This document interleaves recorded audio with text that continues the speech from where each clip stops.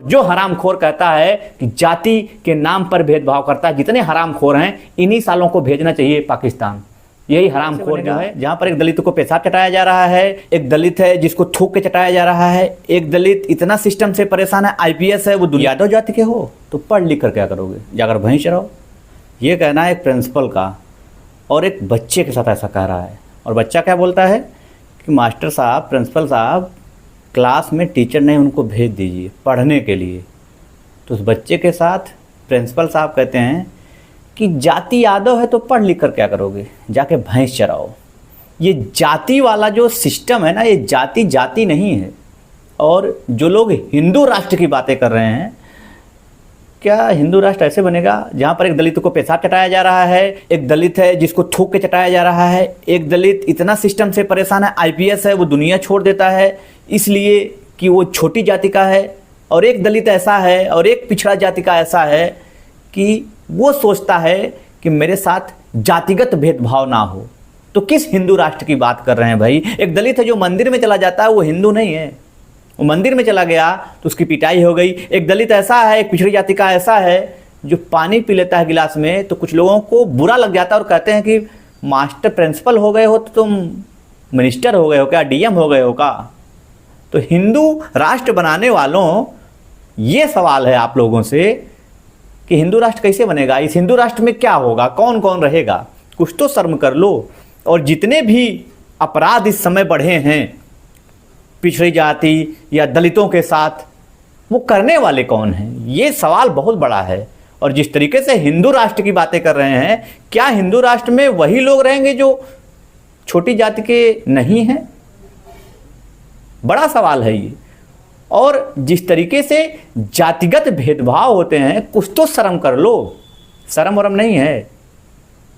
हाँ, बात कर रहे हो भारत विश्वगुरु बनेगा, विकसित भारत बनेगा 2047 तक। ऐसे विकसित भारत बनेगा? कुछ तो शर्म कर लो। और बड़ी बड़ी बातें हो रही हैं डेवलपमेंट की, मोदी जी ऐसे कर देंगे, मोदी जी वैसे कर देंगे। लेकिन जब से मोदी जी आए हैं, शायद जातिगत भेदभाव कुछ ज़्यादा ही हो गया है। और कुछ लोगों का मानना भी यह है कि 2014 के बाद भारत आज़ाद भी हुआ है। और अब हम बातें किस पे कर रहे हैं कि किस जाति के हो। हिंदू मुसलमान से निकल के हम किस पे फंसेंगे? जाति पर। ये हिंदू मुसलमान धर्म की बातें, जाति की बातें, जो धार्मिक बातें कर रहे हैं, ये धर्म को छोड़कर आपके पीछे तब पड़ेंगे जब आपकी जाति छोटी होगी।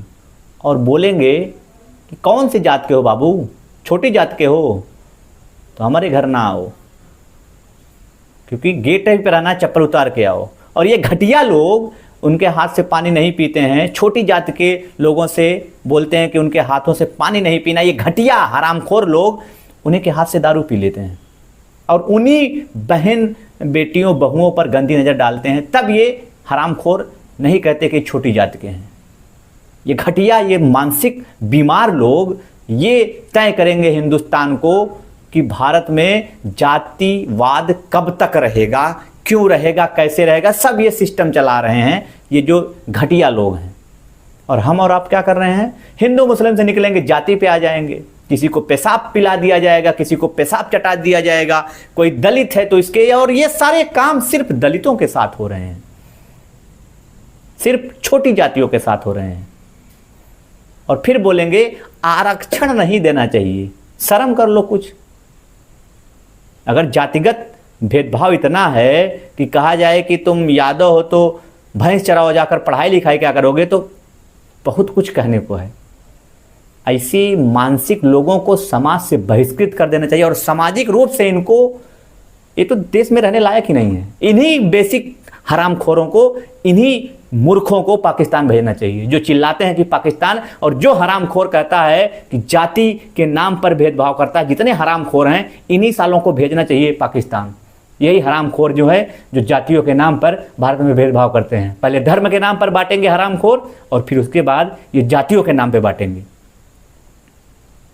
और भारत में जाति इतनी जटिल हो चुकी है कि ये जा ही नहीं रही है। और जितने शोषण हो रहे हैं सब इन्हीं के खिलाफ हो रहे हैं जो छोटी जाति के हैं।